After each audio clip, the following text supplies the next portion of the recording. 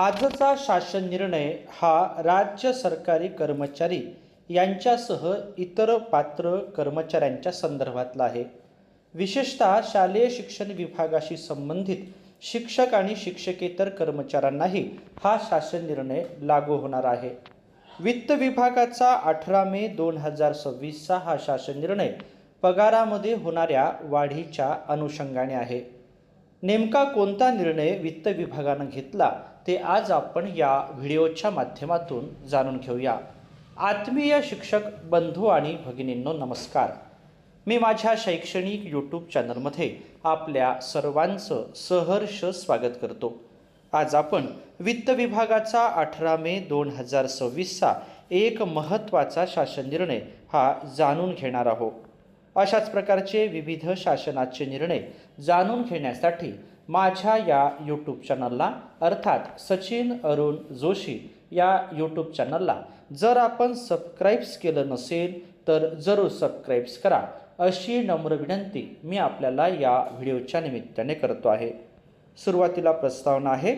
शासन निर्णय समक्रमांक दिनांक 25 फेब्रुवारी 2026 अन्वये राज्य शासकीय कर्मचारी व इतर पात्र कर्मचाऱ्यांना अनुज्ञेय महागाई भत्त्याचा दर दिनांक 1 जुलै 2025 पासून 55% वरून 58% असा सुधारित करण्यात आला आहे।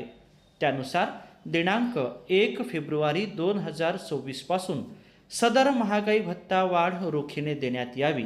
तसेच माहे जुलै 2025 ते ऑक्टोबर 2025 या कालावधीतील थकबाई मार्च 2026 या महिन्यात रोखीने अदा करण्यात यावी व उर्वरित कालावधीतील थकबाकीबाबतचे नोव्हेंबर 2025 ते जानेवारी 2026 आदेश स्वतंत्रपणे निर्गमित करण्याचा निर्णय घेण्यात आला होता।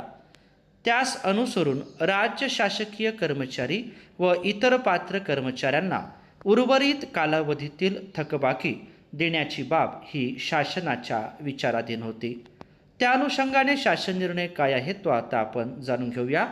या शासन निर्णयान्वये सुधारित वेतन संरचनेत 7व्या वेतन आयोगानुसार वेतन घेणाऱ्या राज्य शासकीय कर्मचारी व इतर पात्र कर्मचाऱ्यांना दिनांक 1 नोव्हेंबर 2025 ते 31 जानेवारी 2026 या कालावधीतील महागाई भत्त्याच्या थकबाकीची रक्कम माहे मे 2026च्या वेतनासोबत रोखीने देण्याचा निर्णय घेण्यात येत आहे।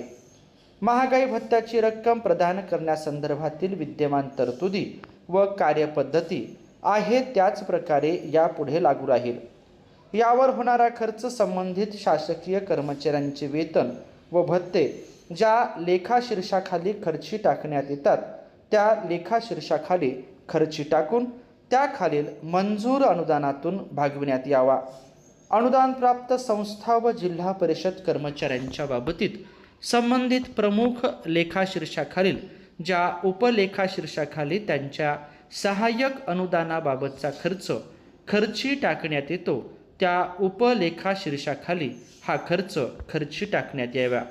सदर शासन निर्णय महाराष्ट्र शासनाच्या संकेतस्थळावर उपलब्ध असून तो आपण संकेतांकाच्या सहाय्याने पाहू शकता। या ठिकाणी आपल्याला स्क्रीनवर संकेतस्थळ आणि संकेतांक दिसतो आहे। शिक्षक शिक्षकेतर कर्मचाऱ्यांसह राज्य शासकीय कर्मचाऱ्यांसाठी आणि इतर पात्र कर्मचाऱ्यांसाठी सुद्धा अत्यंत महत्त्वाचा असा हा शासन निर्णय आहे। वित्त विभागाचा हा थकबाकीच्या अनुषंगाने असणारा शासन निर्णय आपण या ठिकाणी जाणून घेतल्याबद्दल आपल्या सर्वांचेच मनापासून धन्यवाद।